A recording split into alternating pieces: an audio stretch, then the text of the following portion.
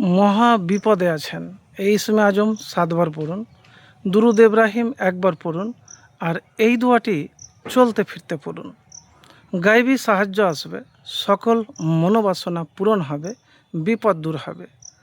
তো প্রিয় ভাই, আমি যে দোয়ার কথা বলবো তার আগে ইসমে আজমের কথা বলবো। 7 বার বলেছি, আপনি বেশিও করতে পারেন, কমও করতে পারেন। তো কিভাবে আমলটি করবেন আমি সেই কথা আপনাকে বলবো। দিনে বা রাতে একটি সময় বেছে নেবেন যাতে নিয়মিত এই আমল করতে পারেন। তো প্রথমে আপনি উজু করে নেবেন। উজু করার পরে 2 রাকাত হাজতের নামাজ পড়বেন। নামাজ পড়ে আপনি ইস্তেগফার তওবা করবেন। তারপরে হাত উঠিয়ে দোয়া করবেন।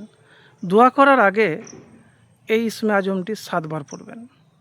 আল্লাহুম্মা ইন্নী আসআলুকা বিআন্নী আশহাদু আন্নাকা আনতাল্লাহু লা ইলাহা ইল্লা আনতাল আহাদুস সামাদুল্লাযী লাম ইয়ালিদ ওয়া লাম ইউলাদ ওয়া লাম ইয়াকুল লাহু কুফুওয়ান আহাদ।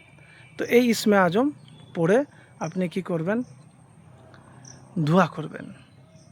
আবার ইসমে আজমটি বলছি, আল্লাহুম্মা ইন্নী আসআলুকা বিআন্নী আশহাদু আন্নাকা আনতাল্লাহু লা ইলাহা ইল্লা আনতাল আহাদুস সামাদুল্লাযী লাম ইয়ালিদ ওয়া লাম ইউলাদ ওয়া লাম ইয়াকুল লাহু কুফুওয়ান আহাদ।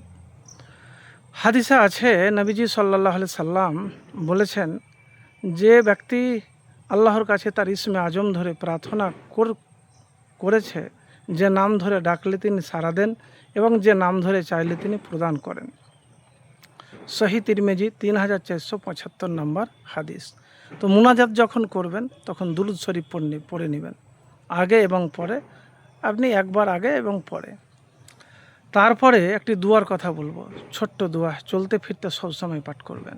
আল্লাহু আল্লাহু রব্বি লা উশরিকু বিহি শাইয়ান, আল্লাহু আল্লাহু রব্বি লা উশরিকু বিহি শাইয়ান। এই দোয়াটি পড়বেন। আল্লাহু আল্লাহু রব্বি লা উশরিকু বিহি শাইয়ান, এই দোয়াটি আপনি অবশ্যই পড়বেন। তো প্রিয় ভাই, আমি যে দোয়ার কথা বললাম এই দোয়া চলতে ফিরতে পড়বেন, আর মাঝে মধ্যে দুরুদ শরীফ পাঠ করা মিস করবেন না। আল্লাহু আল্লাহু রব্বি লা উশরিকু বিহি শাইয়ান। আর কোন দুরুদ পড়বেন আরেকটি কথা আপনাকে বলবো, যে দুরুদ নামাজের মধ্যে পড়েন ওই দুরুদই পড়বেন, ওই দুরুদ আপনি পাঠ করবেন। আল্লাহু আল্লাহু রব্বি লা উশরিকু বিহি শাইয়ান, আর আল্লাহুম্মা সাল্লি আলা মুহাম্মাদিন ওয়া আলা আলি মুহাম্মাদ কামা সাল্লাইতা আলা ইব্রাহিমা ওয়া আলা আলি ইব্রাহিমা ইন্নাকা হামিদুম মাজিদ। আল্লাহুম্মা বারিক আলা মুহাম্মাদিন ওয়া আলা আলি মুহাম্মাদ কামা বারাকতা আলা ইব্রাহিমা ওয়া আলা আলি ইব্রাহিমা ইন্নাকা হামিদুম মাজিদ। আপনি এই দুরূদ শরীফ পড়বেন। একটা কথা বলবো, যে যখনই কোনো আমল করবেন হতাশ হবেন না ভাই। হতাশ হলে কিন্তু কোনো কিছু পাওয়া যায় না। ধৈর্য ধরবেন, আল্লাহর উপর ভরসা রাখবেন, ইনশাল্লাহ ফলাফল পাবেন।